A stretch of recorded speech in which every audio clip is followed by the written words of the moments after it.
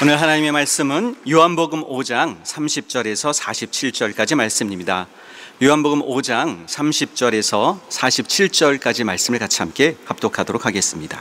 시작. 내가 아무것도 스스로 할 수 없노라. 듣는 대로 심판하노니 나는 나의 원하는 대로 하려 하지 않고 나를 보내신 이의 원대로 하려는 거로 내 심판은 의로우니라. 내가 만일 나를 위하여 증거하면 내 증거는 참되지 아니하되 나를 위하여 증거하시는 이가 따로 있으니 나를 위하여 증거하시는 그 증거가 참인 줄 아노라. 너희가 요한에게 사람을 보내매 요한이 진리에 대하여 증거하였느니라. 그러나 나는 사람에게서 증거를 취하지 아니하노라. 다만 이 말을 하는 것은 너희로 구원을 얻게 하려 함이니라. 요한은 켜서 비치는 등불이라.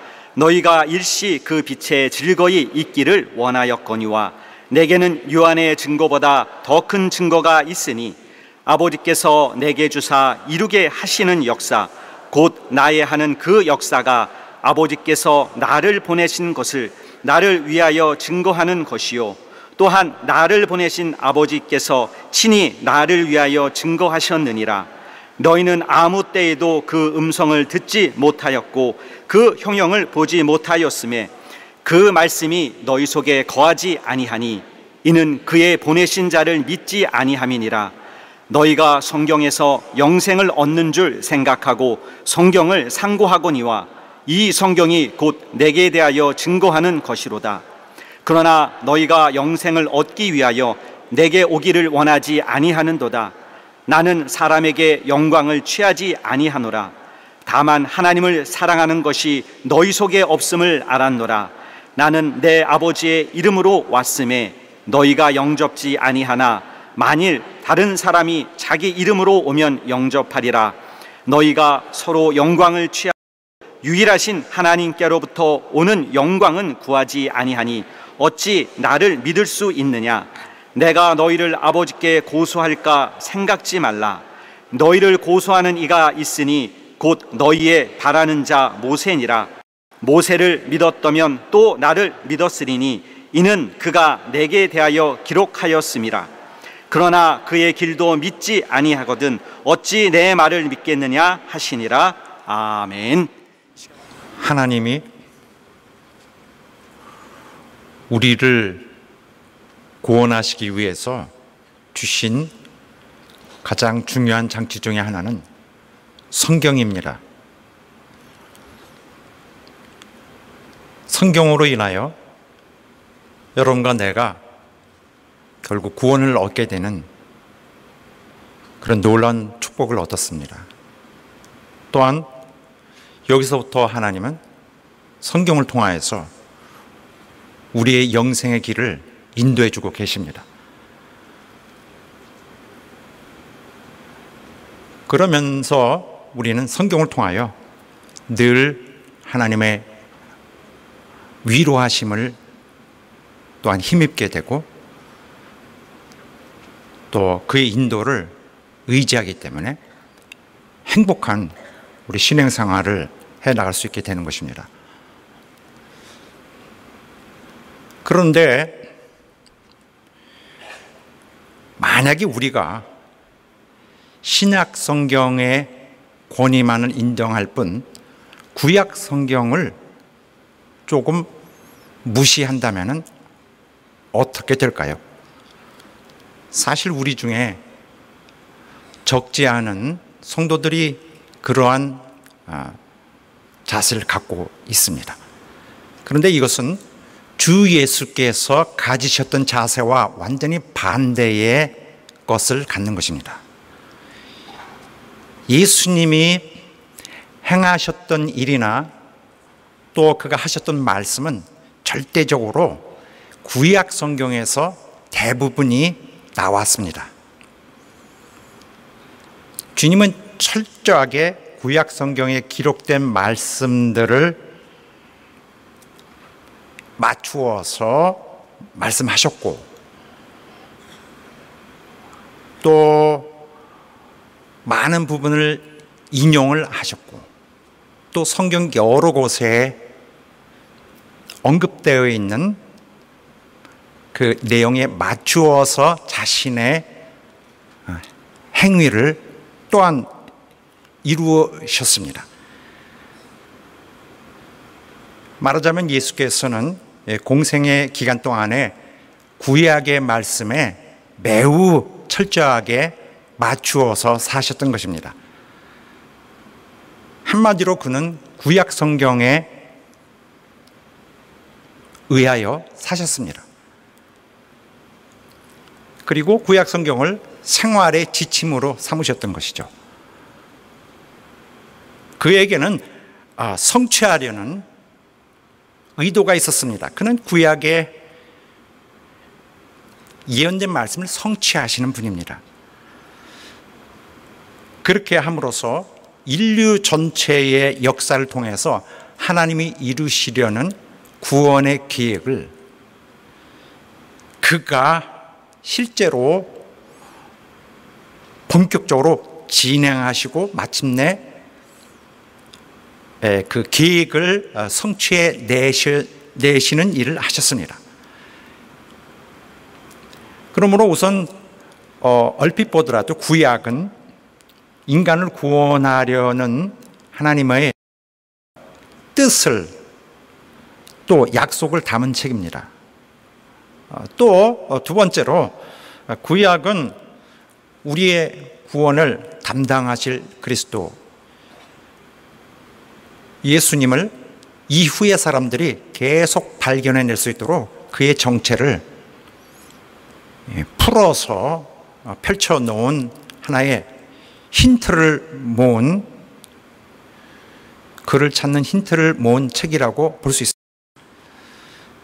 그런데 만약에 우리가 신약 성경을 내어놓으면서 이것으로 충분하다고 하면서 누구에게 그리스도를 소개하려 한다면 여간에선 그 소개를 받는 사람이 마음을 움직이지 않을 것입니다.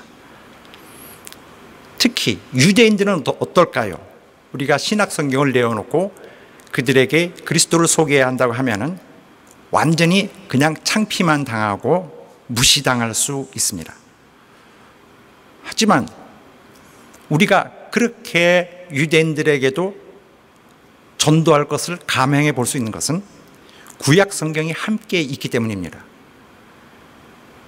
구약 성경이 함께 있기 때문에 신약 성경에 대해서 이제는 집중적으로 말을 할 수 있게 되는 것입니다. 그래서 우리가 구약 성경을 무시하면은 무엇보다도 당장의 신약 성경의 진정성을 의심받게 됩니다. 그리고 신약 성경의 권위는 사실상 위기를 맞게 됩니다.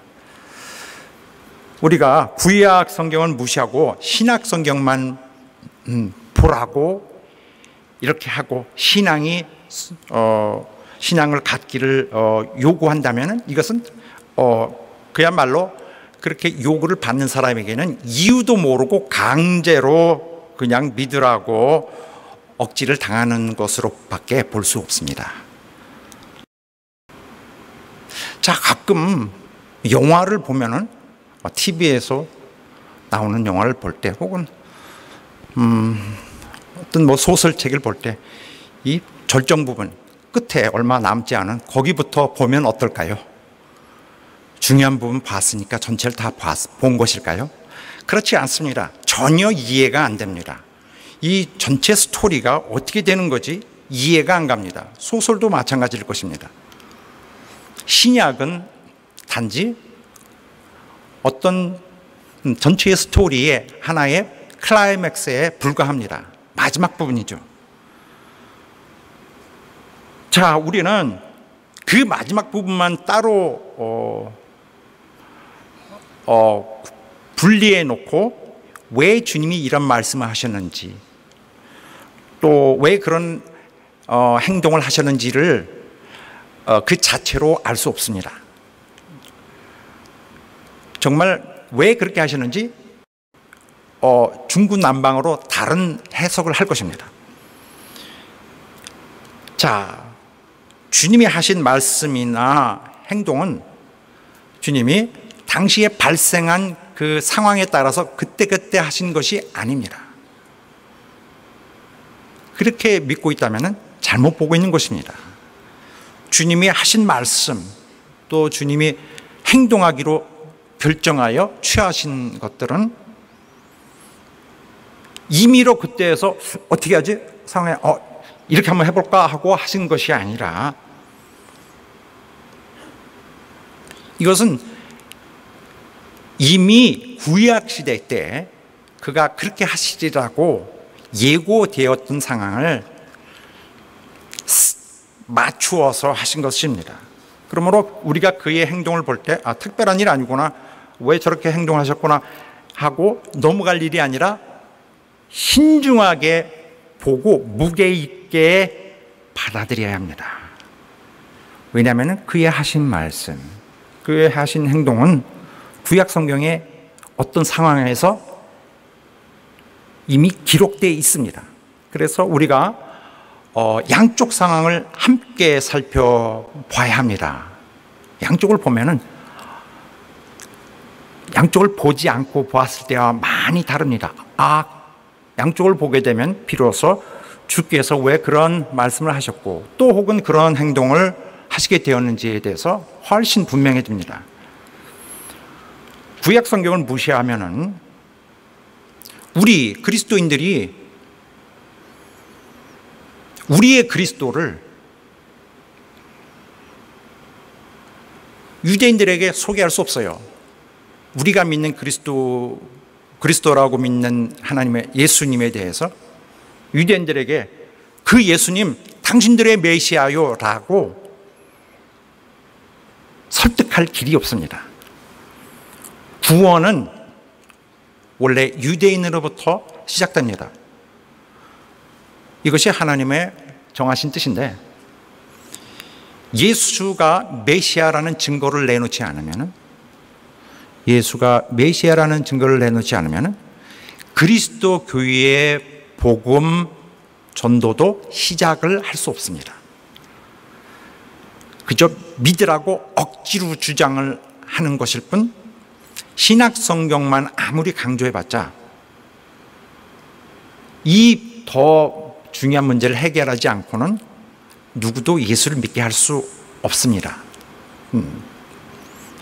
강제로 하게 되는 것일 뿐입니다. 이런 상황에서 신약교회는 구약교회에게 상당히 많은 약점을 잡히는 경우가 생길 수 있습니다.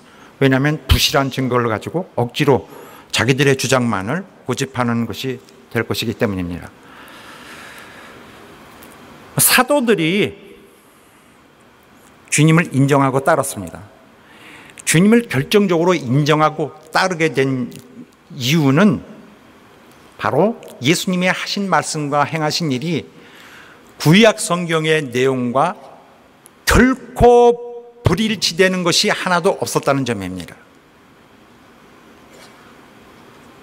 사도들이 보니 예수님은 정확하게 구약 성경에 있는 내용에 척척척 맞아 떨어지는 언행들만 하셨을 발견했습니다. 이 때문에 사도들은 주님에 대해서 확신을 하게 되었던 것입니다. 사도들로 하여금 이제는 예수께서 그리스도시라는 것을 너무 확신할 수 있게 되었고, 도저히 지울 수 없는 분명한 증거가 그들 속에 있었기 때문에 그들 용감하게 초대 교인들을 전도했습니다. 그리고 순교하기를 전혀 주저하지 않았습니다. 사실 우리가 신약 성경을 쉽게 이해하고 있는 것은 구약 성경이 있기 때문입니다. 우리가 구약 성경을 통해서 히브리 민족의 그런 역사를 두루 알고 있습니다. 일단 태초에 하나님이 세상을 창조하시고 이제 거기서부터 시작하셔서 이제 아브라함을 비롯하여 족장들을 부르신 것들, 이후에 펼쳐진 모든 일에 대해서 좀 알기 때문에 이제 예수께서 하실 일에 대해서 우리가 쉽게 소화해 오고 있었던 것입니다. 그런데 만약에 구약 성경이 없이 그냥 무에서 시작해 본다고 할 때에 갑자기 신약 성경을 들이대면서 예수에 대해서 말한다면 갑자기 나타나신 이분에 대해서 그가 누구신지에 대해서 감 잡기가 너무 어렵게 됩니다.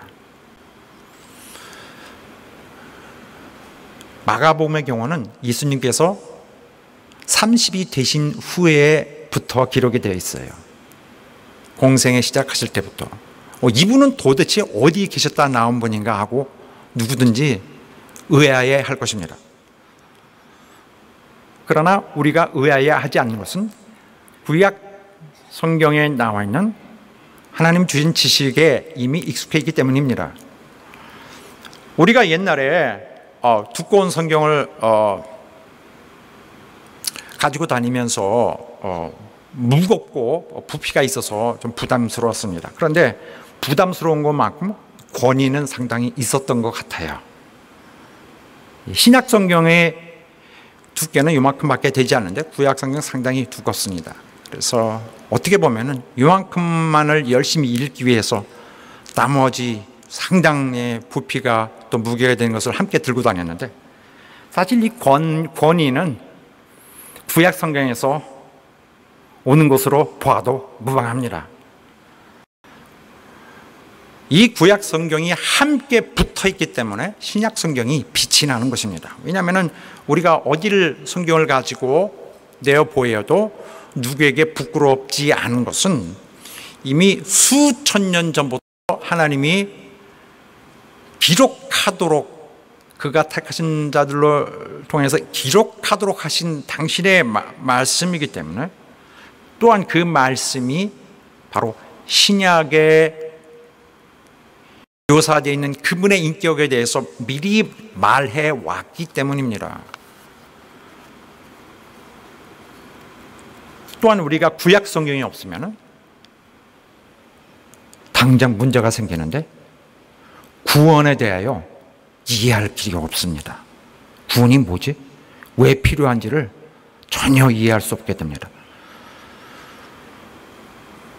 그런데 구약 성경에 보면은 에덴 동산 사건이 있고 그다음에 이스라엘이 애굽에서 탈출한 것이나 또 이제 그 히브리인들이 이제 국가를 이루어서 하나님을 거역하다가 갈라지고 망해버린 것들, 이 사실에 대해서 너희들 하나님의 심판을 받는 것이다. 그러나 소망이 있다 라고 미래를 약속한 이사야 혹은 다른 선지자들 말씀이나 또 시편에 보면 인간과 하나님의 관계가 매우 묘합니다. 한 분은 구원하셔야 되고 하나는 구원받아야 되는 이런 상황 분명하게 나타납니다. 그리고 마지막 선지자가 예언하길 그분이 곧 오신다라고 했습니다. 이 모든 것이 이미 앞에 위치되어 있기 때문에 우리가 구약의 필요성에 대해서 확실히 우리의 어떤 시각이 이미 세워져 있습니다. 왜? 구약 성경 때문에. 물론 우리가 구약 성경을 달달달 외울 필요는 없습니다. 구약 성경 달달달 외우는 것은 신학자들이 하면 됩니다. 그리고 열심히 있는 목회자들이 하면 돼요. 이 공부를 2000년을 넘게 해왔어요. 그리스도의 교회가. 누가 대신 열심히 공부해주고 여러분과 우리는 방향을 잡고 많은 부분을 공급받으면 됩니다. 그래서 우리가 머리에 띠를 두르고 열심히 직접 공부하지 않아도 단지 중요한 참고는 그냥 하면 됩니다. 자, 현실적인 걸 말씀드렸어요. 그래서 구약은 중요한 참고가 됩니다. 하지만 자, 그렇기 때문에 구약의 하나님 말씀을 경솔히 취급하면은 우리는 홀로 동떨어진 곳에서 실마리를 풀어야 합니다. 주님과 우리와의 교제는 매우 얕아질 수밖에 없습니다. 또 구원에 대한 소망도 진정성이 있기 어렵습니다. 그렇게 구체적이지 않습니다. 우리의 소망, 과연 왜 굳이 소망에 대해서 또 내가 인정을 해야 되는지 그것도 좀 확실치 않습니다. 우리는 구약 성경을 볼 때 예수님은 하나님이 보내실 분, 그리고 보내셨던 분이구나 라는 것을 실감해야 되고 감사하고 영광 돌릴 수 있고, 그럼으로써 우리는 안심하고 이 그리스도를 처음부터 영접하고 받아들일 수 있는 것입니다. 우리의 관념을, 혹시 우리의 조금 부족한 자세를 바꾸고 구약 성경을 또한 존중하는 우리 여러분 되시기를 예수 이름으로 축원합니다. 성경은 전체가 우리에게 주신 하나님의 선물이에요. 어떤 선물? 생명을 주시는, 생명으로 초청하시는 편지입니다. 생명을 약속해 주는 편지, 우리의 미래를 약속해 주시는 하나님의 약속의 말씀입니다. 우리에게 끊임없는 인도를 해 주실 하나님의 말씀. 나는 인내하고 달려왔다. 내가 이렇게 인내하고 달려왔다. 나는 너를 살릴 것이다. 나는 너를 행복하게 할 것이다. 라는 약속을 하시는 책입니다. 하나님은 누구를 그저 시험대에 올리시고 어디 보자, 시험을 잘 치르도록 준비해라, 합격한 자만 내 곁에 가까이 오겠다 하지 않습니다. 하나님의 하시는 일이 아니에요. 그는 우리를 사랑하시느라 진정코 애를 쓰시고 그 의지를 절대 굽히지 않으시고 기어코 널 사랑하여 살리리라는 의지를 꺾지 않으시는 증거가 구약 성경에 있어요. 우리를 향한 결코 실패할 수 없는 사랑을 약속하시는 하나님의 편지입니다. 그러므로 행복을 주는 그 책, 성경 말씀, 하나님 말씀을 듣고 또 받으시고 많은 그 용기를 얻으시고 소망 가지시기를 예수 이름으로 축원합니다. 그러므로 성경을 버려두고 우리가 다른 곳에서 무엇을 찾는다면은 구원을 위해 주신 성경을 주신 하나님의 인도를 벗어나는 것입니다. 그래서 마음을,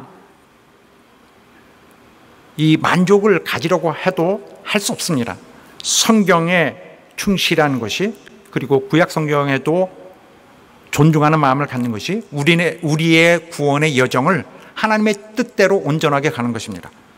이스라엘을 하나님께서 사랑하셨듯이 새 이스라엘인 우리도 이처럼 사랑하신다는 것을 확인하면서 우린 신앙생활 잘 해나갈 수 있습니다. 어떻게? 성경을 통하여 확신을 얻는 것입니다. 증거를 거기서 발견해내는 것입니다. 이스라엘은 배신을 거듭했지만은 그래도 그들을 버리지 않으셨습니다. 사랑하는 여러분, 다른 것에 매달리기 전에 성경에 존중하는 마음을 가지시고 권위를 두시고 성경으로 많은 위로 받으시기를 예수 이름으로 축원합니다.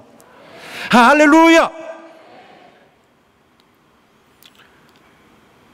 자, 오늘 본문의 말씀입니다. 본문의 말씀을 그저 처음부터 열어보는 것은 쉽지 않을 것 같습니다. 상황을 먼저 설명해 드리겠습니다. 자, 이런 상황은 어떤 것이냐면은 보통의 경우가 아니라 거기에 지금 닥쳐져 있는 분위기가 꽤 복잡하고 심상치 않은 어떤 특정한 경우입니다. 그래서 이 본문에 있는 상황을 주님이 법정에 있는 것으로 이해하면 딱 좋을 것 같습니다. 성경에 보면은 하나님께서 이사야서 보면은 이방 증인들 부르고 또 하나님의 증인들도 부르고 말해봐라. 내가 유일한 너희의 구원의 하나님 아니냐. 증거를 다 끄집어 내라 라고 그가 호통을 치시면서 증인을 양쪽, 저쪽 이방 쪽이나 우리 하나님의 백성 쪽이나 부르시는 장면이 나와요. 이거 딱 그 장면입니다. 옛날 구약시대의 재판 장면, 그리고 모름지기 하늘의 천군 천사가 보는 가운데서 재판하는 장면과 같아요. 여기 상황이 뭐냐면은 예수님께서 유대인들에게 강한 그 반대에 부딪히게 되었는데 상황이 예수님이 조금 몰리는 상황인 것 같습니다. 조금 불리한 모양입니다. 여기 상황에서 유대인들이 예수에게 압력을 주고 있습니다. 당신의 주장이 옳은지 증거를 내보시오. 증인을 불러보라고 하는 듯한 그런 압력을 받는 상황이었습니다. 주님이 뭐라고 말씀을 하셔야 합니다.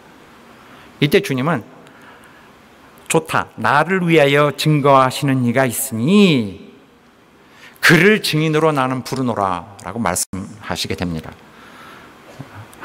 예수님은 하나님을 자신의 변호사로 부르시는 거예요. 그리고 실제로는 증인으로서 또 부르시는 것입니다. 하나님이 증인이 되신다면은 이건 게임은 끝난 것입니다.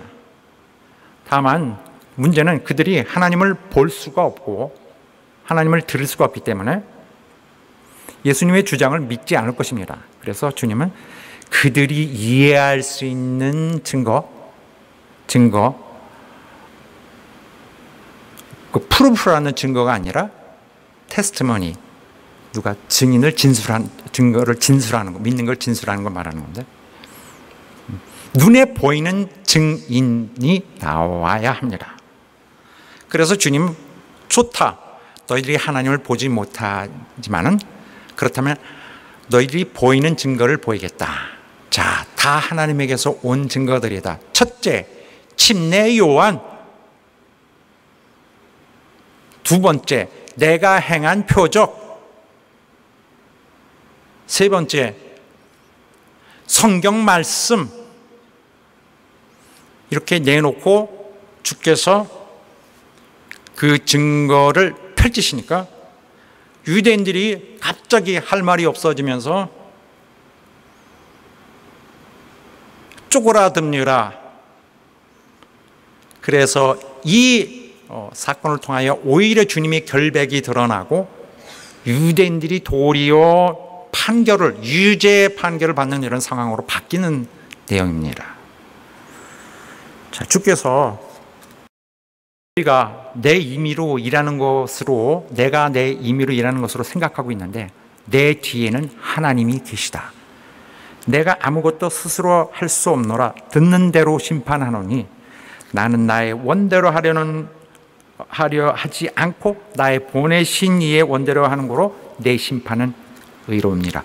예수의 심판은 절대로 잘못되지 않습니다. 참됩니다. 왜냐하면 아버지와 완전히 일치된 의견과 심판을 내어놓으시기 때문에 아버지는 그에게 다 맡기시고 아들은 아버지의 뜻을 따릅니다. 만약에 너희들이 내 잘못을 운운하면 너희는 아버지에게 혐의를 또한 부여하는 거다. 만약 내가 나를 위해 증거하면 내 증거가 참되지 않대. 너희들이 내 증거를 믿겠느냐? 내가 나를 주장하면 너희들이 믿겠느냐? 그러므로 할 수 없다. 너희들이 믿지 않을 것이기 때문에 나를 증거하시는 일을 내가 너희에게 소개하리라. 이분의 증거는 참되다는 것을 알아주기를 바란다. 이거는 유대인의 재판은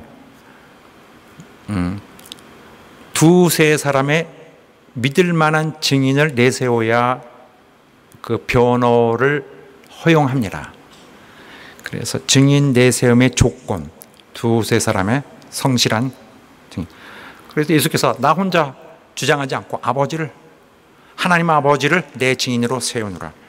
그래서 이스라엘의 법을 율법에 요구한 것을 그가 충족하실 뿐만 아니라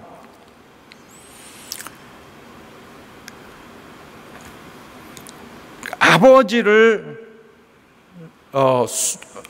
증인으로 세우면서 그의 정당성을 확실히 하려는 것입니다. 그러므로 지금까지 그가 하신 일에 대해서 누구도 말을 할 수가 없게 됐죠.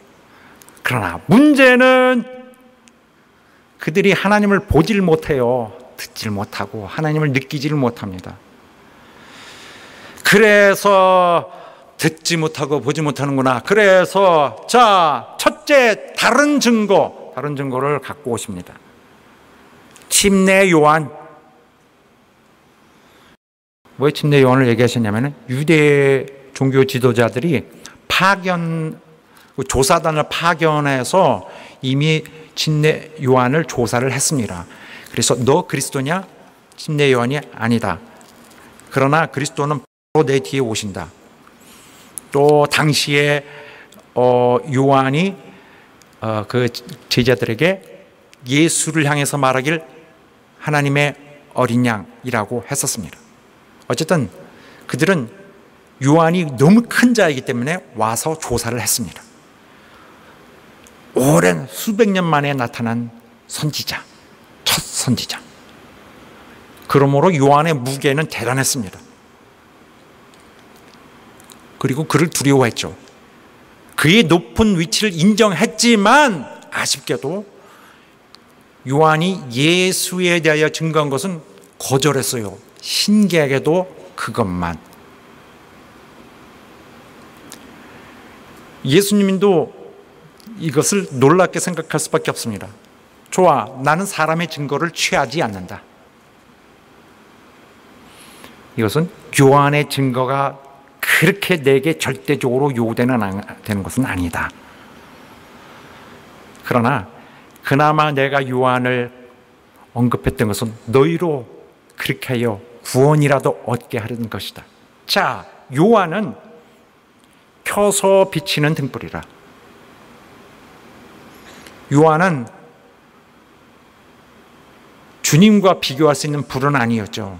주님은 자체가 태양 같은 자체가 빛을 내시는 분이었고, 요한은 그냥 자기가 태워야 돼요.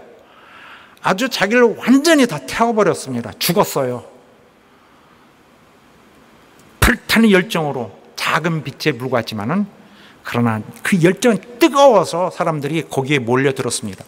불빛에 몰려드는 그들이 그 빛을 보고 달려왔죠. 이 자기를 태우는 이 불로 사람들을 예수께 향하도록 길을 비춰 주었습니다. 그래서 그들은 처음에는 그 빛에 굉장히 그 매력을 느끼고 달려들었어요. 그 어떤 등불에 벌레들과 나방들이 막 달려들듯이 사람들이 정말 정신없이 그에게 달려들었는데, 다만 요한의 메시지의 핵심이었던 그리스도의 소개, 그리스도가 임하신다는 소개, 그리스도가 임하면 너에게 구원이 있으리니 구원을 준비하라고 하는 이 메시지를 제대로 받질 않았어요. 회개를 하지 않았습니다. 그래서 주님이 내가 안다. 내게는 요한의 증거보다 더 큰 것이 있으니 아버지가 내게 주셔서 나로 하여금 하도록 시키신 이적이 있다. 이 표적, 요한복음에 쓰는 표적입니다. 이 표적은 아버지께서 나를 지지하시고 나를 증명하시는 그의 증거다. 요한보다 훨씬 큰 것이다.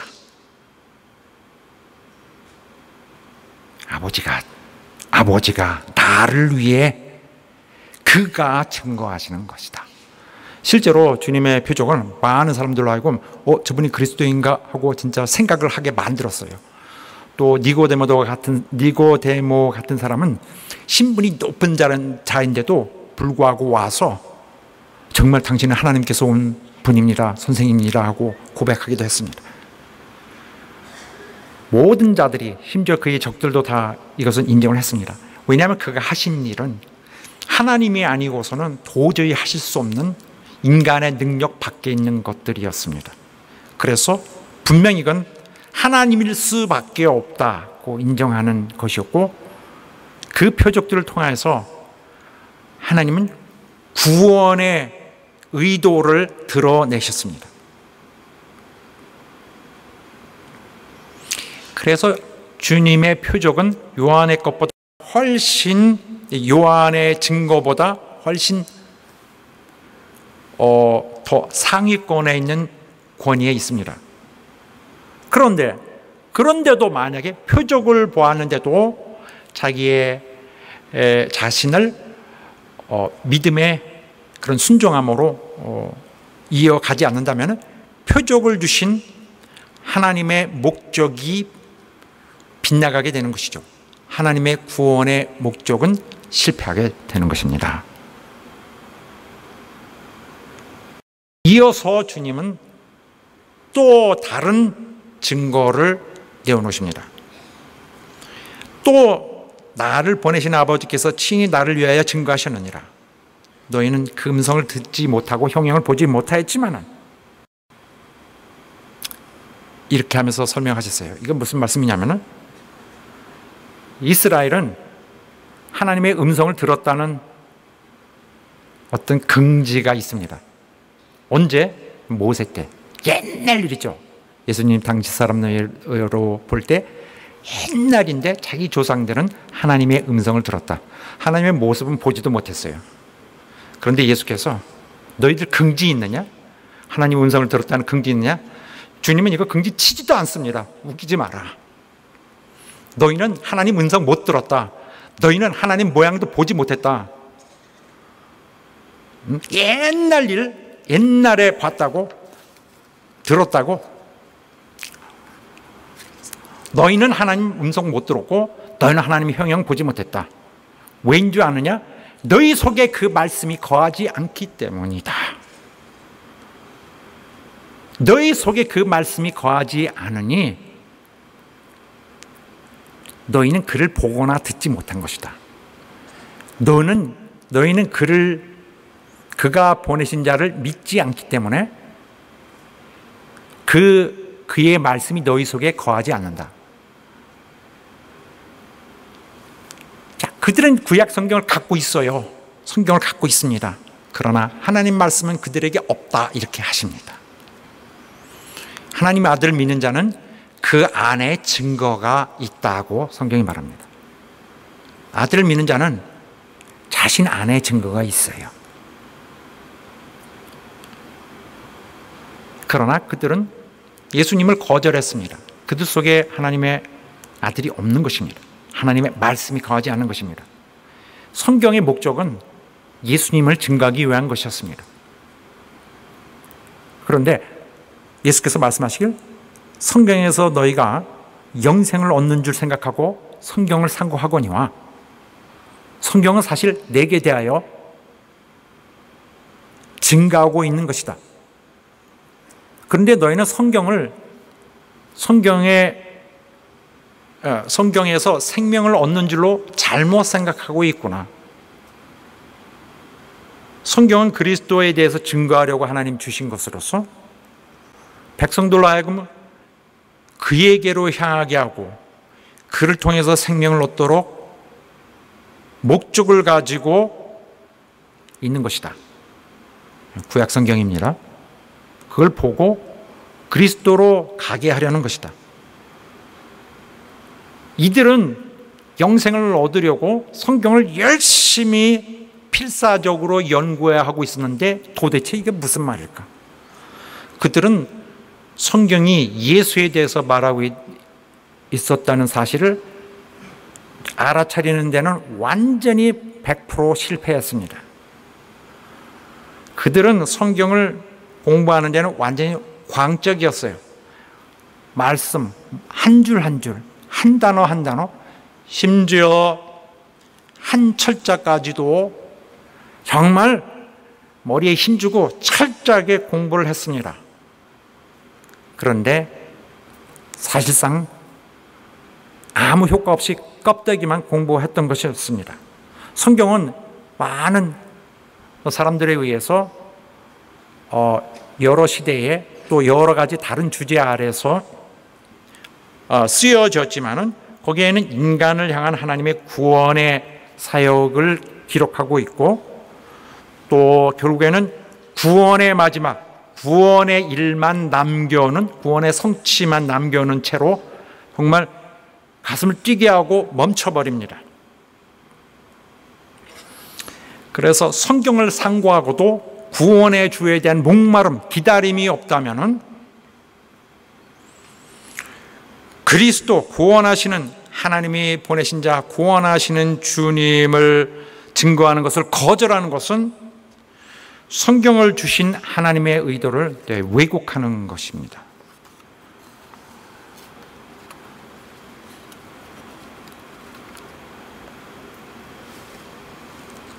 너희가 영생을 얻기 위하여 내게 오지를 원하지 아니했다. 성경을 통해서 영생을 얻기는 원하지만은 생명의 주님이신 것을, 예수가 생명의 주님이신 것을 알지 못했다. 실패, 대실패. 왜 실패했느냐? 예수님의 판단은 무엇이냐? 교만하기 때문이다. 그들은 자기들이 전적으로 무능하고 가망 없는 죄인이라는 사실을 인정하려고 하질 않아요. 오히려 그들은 자신들이 의롭다고 생각을 했습니다. 그래서 하나님의 의를 거절을 한 것이죠. 그래서 유대인들은 율법의 글자만 보고 이해하려는, 해석하려는 이런 자세를 가진 왜곡된 그런 사상 때문에 결국 복음을 거부하는 자들이 되었습니다. 성경을 주시는 하나님의 목적을 완전히 혼동하였습니다. 그래서 성경을 그렇게 열심히 공부하면서도 거기에 있는 구원자에 대한 언급을 전혀 보지 못했습니다.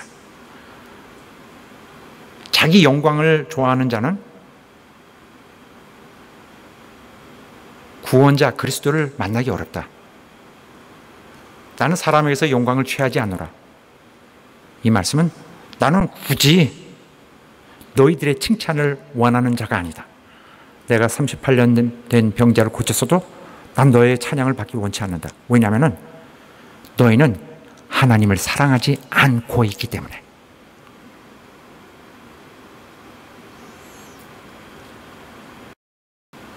내가 내 아버지의 이름으로, 내 아버지의 명예를 걸고, 내 아버지의 모든 영광을 등에 업고 왔는데 너희가 나를 영접지 아니하고, 여기서 묻는 것이 아니라 앞으로 너희가 많은 거짓된 그리스도와 거짓 선생들을 따라갈 것이다.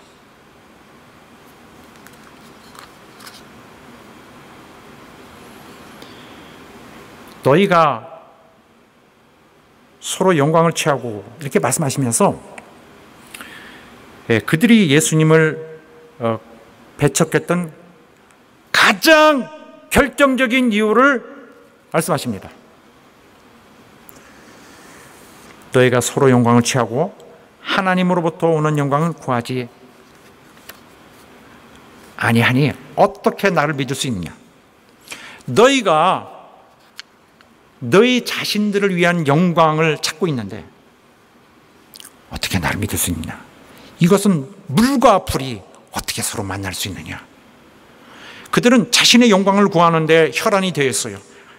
그래서 머리는 바빠요. 거기에 뭐는 다른 일을 하더라도 그 속은 그거 내 영광에 집착이 되어 있습니다. 모든 일의 최우선 궁극적 목표가 거기 있어요. 그러므로 예수 안에 있는 영광, 하나님으로부터 오는 영광을 구하는 마음이 없습니다. 자기 영광이 아니기 때문에.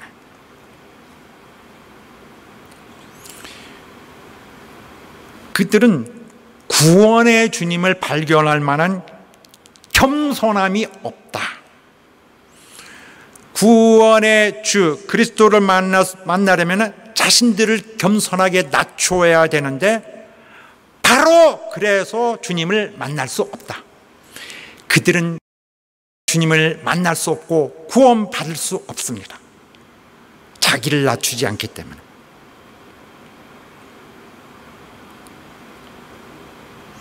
하나님의 택함을 받은 유대인, 하나님의 택하신 백성, 유대인들 자부심이 있어요. 엄청 지위를 얻었죠. 그러면 하나님 택하신 자, 택하시지 않는 자들은 상관이 없고 택함 받은 자는 누가 보더라도 하나님의 영광을 위한 삶을, 하나님의 택하신 자, 당신들의 잡이 뭐죠? 하나님의 영광을 위하는 것. 그런데 이들은 자기 영광을 위하는 삶으로 바꾸어서 살아왔어요. 하나님의 뜻을 알기 위해서 성경을 연구하신 것이 아니라 자신의 지식을 과시하기 위해서, 또 하나님께 헌신하기 위해서 성경을 공부한 것이 아니라 자신의 의를 드러내기 위해서, 자신의 경건함을 남에게 자랑하기 위해서. 그래서 그들은 하나님을 자신의 영광을 높이는 데 이용했던 것입니다. 그런데 어떻게 나를 믿을 수 있느냐? 믿을 수 있는 길을 가지 않은 것이죠. 다른 데로 빠졌어요. 이제 마지막에 주님이 오히려 이 전세를 뒤집으십니다. 주님의 반격이 시작됩니다. 유대인들아, 하시면서 말씀하는데 여기 먼저 알아야 될 사실이 있습니다. 유대인들은 모세가 자기들을 잘 지지하고 언제든지 자기들을 변호한다고 생각하고 있습니다. 그래서 하나님과 사이에서 어려움이 없도록 중재를 해주는 사람으로 모세를 숭상하고 있었습니다. 옛날에 그들이 금송아지를 만들어서 숭배할 때 모세가 하나님과의 그들과 사이를 잘 중재해서 그들은 죽지 않았습니다. 오늘도 그렇게 생각하고 있는 거예요. 예수님과 싸워서 절대 잘못될 수 없다라고 생각한 것입니다. 왜냐하면 그 예수께 대들어도 모세가 변호해 줄 것이다. 모세가 하나님에게 중재하여서 우리 편을 들어줄 것이다. 너희의 바라는 자, 의지하고 있어요. 모세. 그러나 예수님은 모세가 너희를 고소하리라. 정말 충격적인 거죠. 모세가 자기들을 보호해줘야 되는데, 변호해줘야 되는데 오히려 모세가 고소한다는 것입니다. 그들은 정말 교만한 자들이었습니다. 성경을 잘 알고 있기 때문에 교만했습니다. 그러나 주님은 오히려 모세가 그들을 고소하는 자가 될 것이라고 공포하셨습니다. 모세를 믿었다면 나도 믿었어야 할 것이다. 왜냐하면 모세는 나에 대해서 기록하고 나를 믿기를 원했기 때문이다.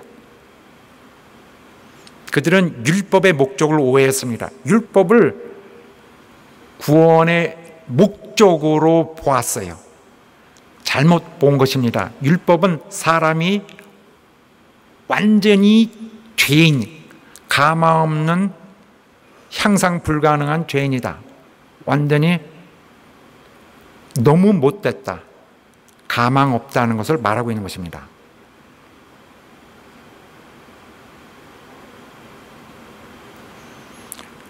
그런데 자기들은 율법을 통해서 자기들 의롭다고 보고 있었어요. 사실이 안 되죠. 말도 안 되죠. 자, 그의 글도 믿지 않고는 어찌 내 말을 믿겠느냐. 그들이 모세를 이렇게 존경하는데도 모세가 하는 말을 받아들이지 않고 자기 멋대로 해석을 했는데, 자기들이 무시하는 이 예수라는 나를 믿겠느냐? 모세도 믿지 않는데 나를 믿겠느냐 하십니다. 나사로, 거지 나사로의 이야기를 보면은 주님이 분명하게 말씀하십니다. 모세와 선지자에게 듣지 아니하면은 아무리 신기해서도 절대로 그들 마음이 회개하지 않고 구원을 얻지 못할 것이다. 모세와 선지자, 구약 성경을 통하지 않으면은 절대 너에게 구원이 없다. 사랑하는 여러분, 주님은 이렇게 실제로 우리 부족한 우리들에게 이해할 수 있는 증거를 하고 애쓰셨습니다. 우리에겐 성경 말씀이 있어요. 절대 우리 사이에서 떠나지 않고 그는 우리 신앙생활을 인도하시고 영생으로 인도하십니다. 그런데 성경 지식과 풍부한 이런 어떤 영적 지식을 가지고 있으면서 그것이 그리스도를 향한, 우리 구원의 주를 향한 우리의 진정한 목마름이 아니라면은 그 성경 지식과 그 신학 지식은 그런 자에게 오히려 정죄하는 정죄의 도구가 될 것입니다. 사랑하는 여러분, 오늘 우리가 그리스도보다 다른 것을 앞세우면은 하나님께 용납될 수 없고 우리를 구원하시려는 하나님의 모든 계획은 빗나가고 하나님은 떠나실 것입니다. 오늘 성경을 통하여서 정말 좌우로나 우로나 치우치지 않고 버려지지 않고 잘 견인해 가실 수 있는 하나님의 확신, 하나님의 확실한 계획, 하나님의 굽히지 않는 인내와 사랑, 신뢰하시기를 예수 이름으로 축원합니다. 성경을 신뢰하는 여러분 되시기를 예수 이름으로 축원합니다. 성경보다 다른 것을 위에 두어서는 안 됩니다. 구원의 주님으로 인도받으시기를 예수 이름으로 축원합니다. 기도합시다. 하나님, 우리를 받아주시옵소서. 이렇게까지 성경으로 오늘 우리를 붙드시고 영원한 주님 준비하신 그 영생으로 인도하실 때에 하나님 역사에 주시옵소서. 다 같이 합심하여 기도합니다. 하나님.